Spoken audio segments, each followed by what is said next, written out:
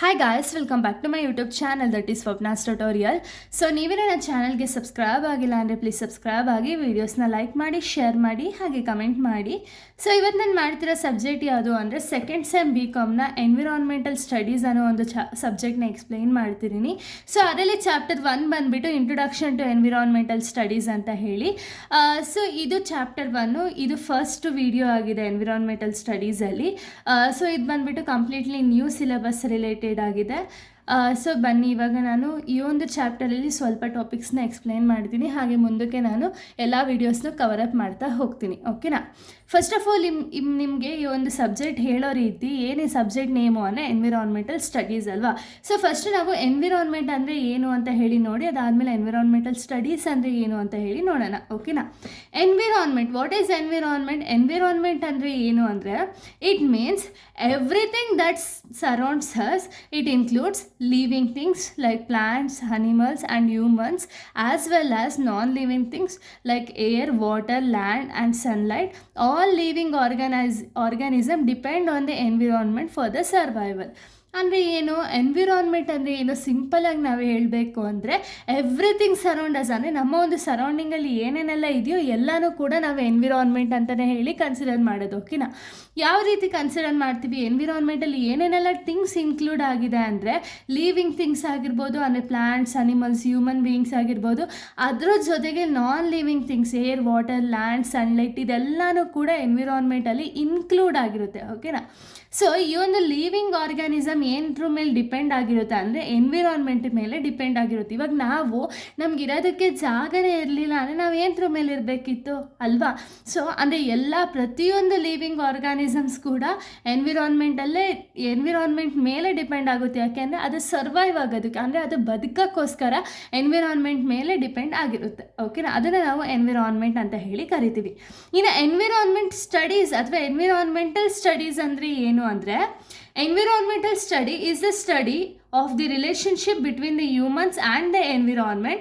It helps us to understand environmental problems and ways to protect nature. ಅಂದರೆ ಏನು? So ಈ ಒಂದು environmental ಸ್ಟಡೀಸಲ್ಲಿ ನಾವು ಏನು ತಿಳ್ಕೊಳ್ತೀವಿ ಅಂದರೆ, ಅಥವಾ ಇದೇನು ಸ್ಟಡಿ ಮಾಡುತ್ತೆ ಅಂದರೆ, ಎನ್ವಿರಾನ್ಮೆಂಟಲ್ ಸ್ಟಡಿ ಬಂದುಬಿಟ್ಟು ಇದು relationship between humans and the environment. ಅಂದರೆ ಏನು? ಹ್ಯೂಮನ್ಗೂ ಮತ್ತು ಎನ್ವಿರಾನ್ಮೆಂಟ್ಗೂ ಇರುವಂಥ ಒಂದು ರಿಲೇಷನ್ಶಿಪ್ ಯಾವ ರೀತಿ ಇದೆ ಅಂತ ಹೇಳಿ ಸ್ಟಡಿ ಅನ್ನೋದನ್ನ ಮಾಡ್ತಾರೆ. ಯಾಕೆ ಸ್ಟಡಿ ಮಾಡ್ತಾರೆ, ಅಥವಾ ಸ್ಟಡಿ ಅನ್ನೋದು ಯಾಕೆ ನೆಸಸರಿ ಇದೆ, ರಿಲೇಷನ್ಶಿಪ್ ಅನ್ನೋದು ಯಾಕೆ ತಿಳ್ಕೊಳ್ಳೋದಕ್ಕೆ ನೆಸಸರಿ ಇದೆ ಅಂದರೆ, ಸೊ ಇವಾಗ ಎನ್ವಿರಾನ್ಮೆಂಟಲ್ ಪ್ರಾಬ್ಲಮ್ಸ್ ಆಗಿರ್ಬೋದು, ಇದೇನಾದ್ರು ಅರೈಸ್ ಆಗ್ತಿದೆ ಅಂತ ಹೇಳಿ ಗೊತ್ತಾಯಿತು ಅಂದರೆ, ಇವಾಗ ಎನ್ವಿರಾನ್ಮೆಂಟ್ಗೂ ಮತ್ತು ಹ್ಯೂಮನ್ಸ್ಗೂ ಇಬ್ಬರ ಮಧ್ಯೆ ರಿಲೇಷನ್ಶಿಪ್ನ ನಾವು ಚೆಕ್ ಮಾಡ್ದು ಅಂದರೆ, ಇವಾಗ ಹ್ಯೂಮನ್ಸಿಂದ ಎನ್ವಿರಾನ್ಮೆಂಟ್ ಯಾವ ರೀತಿ ಅಫೆಕ್ಟ್ ಆಗ್ತಿದೆ ಅಂತ ಹೇಳಿ ತಿಳ್ಕೊಂಡು ಅದರಿಂದ ಯಾವ ರೀತಿ ಎನ್ವಿರಾನ್ಮೆಂಟ್ನ ಪ್ರೊಟೆಕ್ಟ್ ಮಾಡಬೇಕು ಅಂತ ಹೇಳಿ, ಒಂದು ಪ್ರೊಟೆಕ್ಷನ್ ಅನ್ನೋದನ್ನ ಕೊಡಬೇಕು ಅಂತ ಹೇಳಿ ಈ ಎನ್ವಿರಾನ್ಮೆಂಟಲ್ ಸ್ಟಡೀಸ್ ಅನ್ನೋದನ್ನ ಮಾಡ್ತಾರೆ. ಓಕೆನಾ? ಸೊ ನೋಡಿ, ನೆಕ್ಸ್ಟ್ ಟಾಪಿಕ್ ನಿಮ್ಗೆ ಏನು ಕೊಟ್ಟಿರೋದು ಅಂದರೆ multidisciplinary nature of environmental studies. ಯಾವುದಿದು ಮಲ್ಟಿ ಡಿಸಿಪ್ಲಿನರಿ ಒಂದು ಸ್ಟಡೀಸ್ ಅಂದರೆ ಏನು, ಅಥವಾ multidisciplinary nature of environmental studies ಅಂದರೆ ಏನು ಅಂದರೆ, it is in multidisciplinary because it includes knowledge from many fields of study. Different subjects work together to understand the environmental problems and find the solution. ಅಂದರೆ ಏನು? So ಇಲ್ಲೇನಾಗುತ್ತೆ ಅಂದರೆ different ಫೀಲ್ಡ್ಸಿಂದ knowledge ಅನ್ನೋದನ್ನ collect ಮಾಡಿ study ಅನ್ನೋದನ್ನ ಮಾಡ್ತಾರೆ. ಓಕೆನಾ?